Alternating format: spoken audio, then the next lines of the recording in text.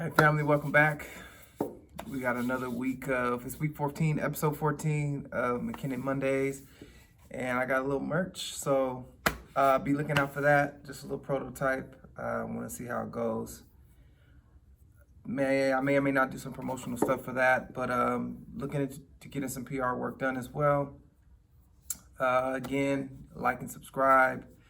The book is still available on Amazon and Barnes & Noble's online. Go ahead and purchase that. Get to it.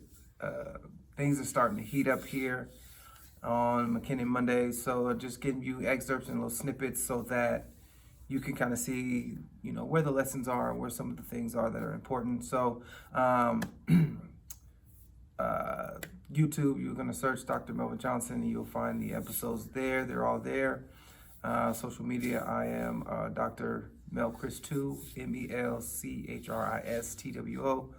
That's where you can also find me, and you can also get links to the McKinnen Mondays as well. All right, so let's jump right into it. So chapter 14, here is an excerpt from that. I'm going to read it for you guys right now. I can tell when something has happened because they come home and they take a cold bath when it does. So if you can hear the bathtub when they get home, I know what happened. We try and pretend things are normal, much like my family did when I was younger. I guess it's a generational thing because everything I say I wasn't gonna do, I'm kind of forced to. So Molly's in a position to where when she was a child, as you guys know in the earlier chapters, she was really, really speaking about, not putting her kids through because she didn't know she was gonna have kids, not putting them through the same plight and the same situations that she had to face and her brothers had to face. But little did she know that as traditions go, it was happening to them. And she didn't speak much about it, maybe a little more than her parents. You'll find out in some of the later chapters and maybe some of the earlier chapters. But she found herself in the same situation that her parents were in. And she, of course, she doesn't like that. She doesn't want to be a part of that. So I guess, one thing is to, get used to a bad routine. And this connects to my ECN theory book that's coming soon later on this year. We'll talk about that a little later, but comfort, normalcy, right?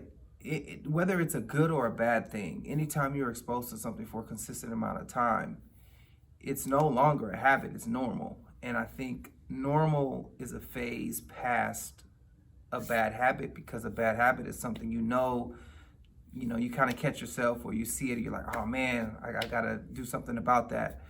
But normalcy is now, it's become okay. And you no longer recognize it as bad. You're now looking at it for what it is. And that's not always good, right? So I think in that situation, you want to try and get to it before it becomes normalcy.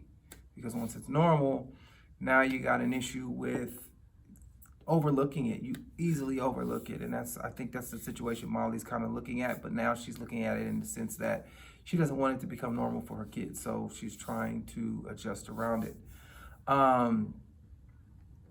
Normalizing something that isn't right, just again spoke to that. It's difficult to navigate once it becomes normalized because there is no right and wrong now. It's just a sense of this is what it is and that's it.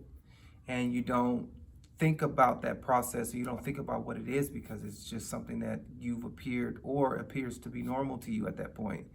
And normal kind of tends to trend in the area of tradition, and traditions are something that people fight for. And I often ask folks sometimes, where did this tradition come from? Who decided that this was okay? And no one questions it because it's become normal. It's a thing now, and that's it. This is what we do. And there is no right or wrong about it. It's just what we do. And that process of right or wrong, correct or incorrect, doesn't come into that thought process once it becomes normal/tradition. Finding ways to break generational adversity. That's something that hits home for me because, generational poverty and adversity is something that I'm fighting tooth and nail to work my way out of, as most of us are.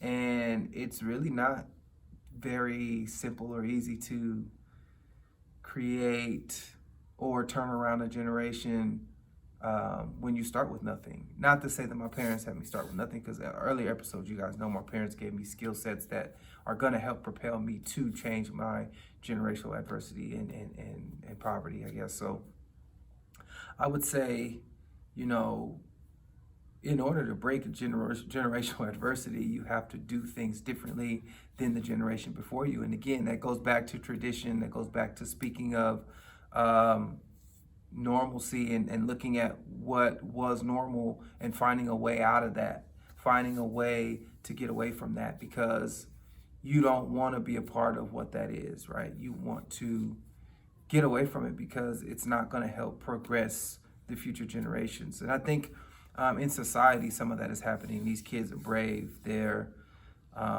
expressing themselves emotionally. They're talking about the things that they're concerned with, and they're not being pressured by businesses or anything else. They're doing what they like to do, regardless of what anyone thinks or their opinion or the pressures of tradition or the pressures of what's normal to someone else. You know, they do what's normal for them.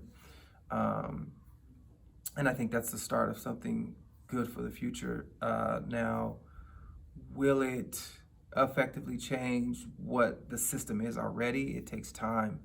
And, you know, that's another situation that, you know, can be discussed later about the path to destruction and curving from that path with future generations and the years that it'll take to do that. We don't know. But yeah, again, these chapters are getting, you know, they're starting to build on different issues, and it helps to discuss these issues with kids of the teenage range, maybe high school, college.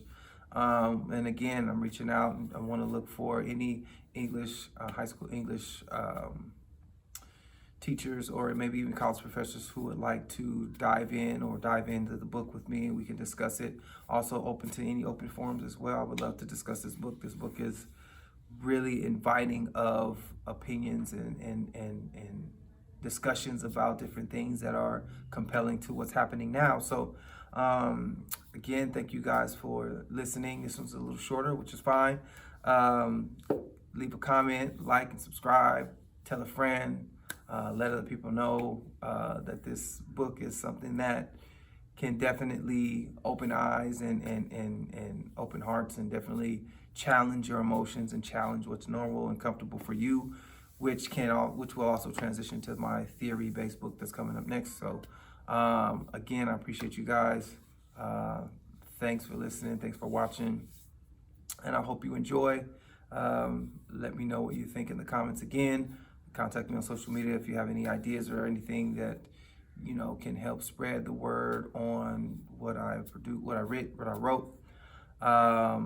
And I will see you guys next week on the next Monday McKinnens. Again, merch is coming, as you can see. It's on the way. I'll have a link in my bio at some point. Again, social media is Dr. Melvin 2. I hope to see you guys soon. All right, appreciate it.